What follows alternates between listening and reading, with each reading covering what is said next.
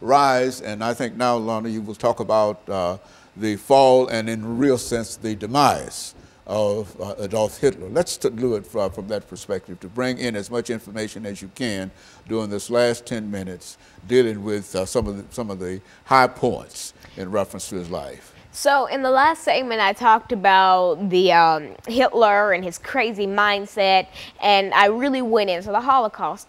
And now in the segment, I'm going to basically talk about more of the fall of Adolf Hitler and the aftermath. All right. So it's nearing the end of the war.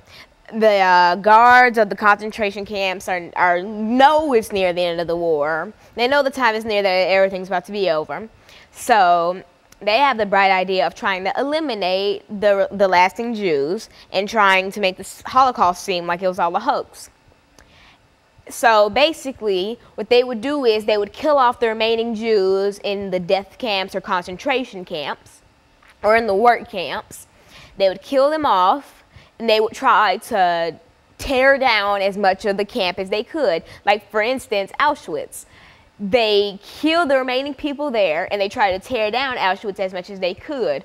But luckily, they didn't tear down the whole thing. So if you just so happen to find where it is, I mean, there are a few lasting bricks. But another fact about the Holocaust, some survivors who barely survived Auschwitz came back to the site where they were held captive, you know, over the years, and they would take a brick from Auschwitz and just keep it as memory.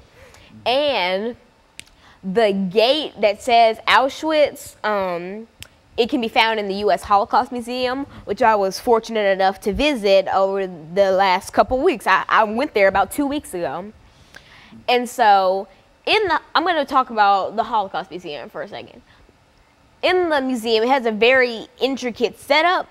For instance, it has 4 floors, but you don't go, you go one floor and you keep going up. You go to the 4th floor and you go down. So you get on this big elevator, and they try to squish as many people in as they can to try to capture the essence, or capture a fraction of the essence of how it would be in a train car.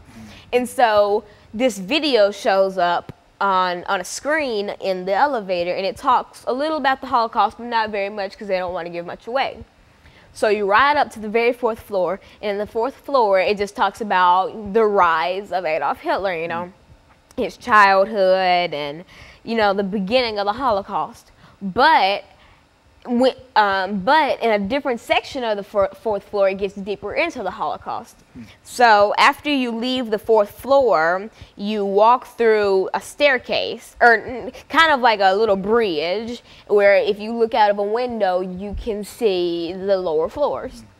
But a fun thing about it is, on the little glass panels of the museum, there are names of families that were involved in the Holocaust. So you'll see Horn and a lot of other names that were families of people who were killed in the Holocaust, and they're all etched into the glass.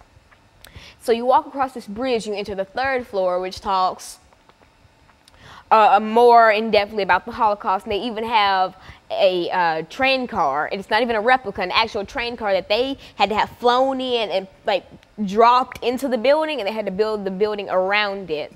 And so you can see that train car, and you walk through it where you can explore other divisions of the 3rd floor.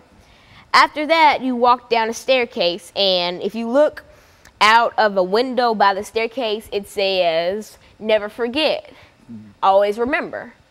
And so you see more of those bold yet simple statements around the Holocaust Museum. And like, for instance, outside of the Holocaust Museum, like on a door, or not on a door, but on kind of a wall, etched in, it says, "You are my witnesses." And it's a passage, it's a little scripture from, I think, Isaiah in the Bible. And it says, "You are my witnesses." And so that really means that we bear witness for the people who can no longer tell their stories. And it is our duty as people who are living after this has happened to tell our children, and for them to tell their children, so that the memory of this is never forgotten. Because there are people out there, and there are websites out there that try chalk the Holocaust as a hoax. And you can find, and you have to be really careful where you look up information about the Holocaust, because you will find a lot of sites like that. They'll say concentration camps never existed, the Holocaust never happened, it was all fabricated, it all was all a war tactic or something like that. It's stuff that doesn't really make sense. And so we have to bear witness to these people. And so when you get done with the 3rd floor, you go to the 2nd one, and it has testimonials from people who happen to survive the Holocaust. And there's this one real popular testimonial about a woman who married the man who saved her, or a man from the army who came and, you know, rescued the people that were in her camp. And so after you take a walk around the 1st floor, you'll, oh, I forgot an essential part of the 1st floor, the shoes. It depends on what time of the year you go, but you will see shoes from the Holocaust. There are children's shoes, women's shoes, and you see a lot of heels and stuff, and it really shows that these people didn't know what they were getting into, because who would wear heels to go work in go die in a death camp? And so it really shows how these people were fabricated and lied to, only saying, oh, they would be going to work. And they just ended up being killed. And so they were just swept off the street by the armies, by Hitler's armies, and placed into the Holocaust. Either that, or they were lied to, and the whole Holocaust was sugar-coated. And another thing about sugarcoating, when the Red Cross would come and inspect the camps, they wouldn't wash them up beautifully. They would make it look like everyone was having fun. They would give, about a month prior to when the Red Cross would visit, they would give the workers food and lots of drink and stuff to kind of give them pounds, because the life expectancy in a Holocaust, in a death camp or a concentration camp, was 275 days. You weren't even going to make it a year, and that's because they didn't feed you, you barely bathed, you never had enough to drink, and you basically didn't have all the basic human necessities that we as people take for granted nowadays. And so they would clean them up, and so that's why a lot of the world during this period was lied to.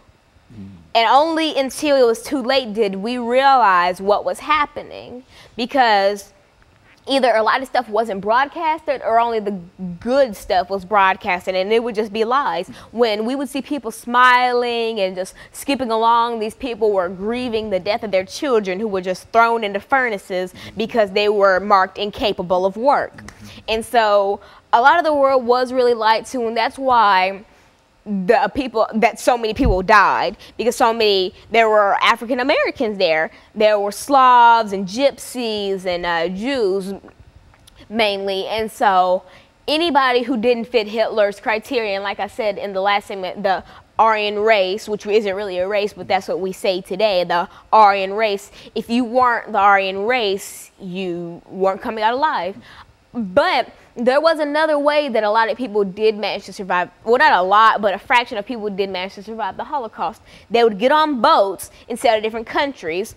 And there's a story, that's not really a story, but a famous incident where people got these fake passports, and they sailed from Germany to Cuba. And at first Cuba was going to let them in, but then Cuba changed their mind and did not let them in. So they sailed around the sea, not wanting to go back to Germany, and everyone on the boat perished.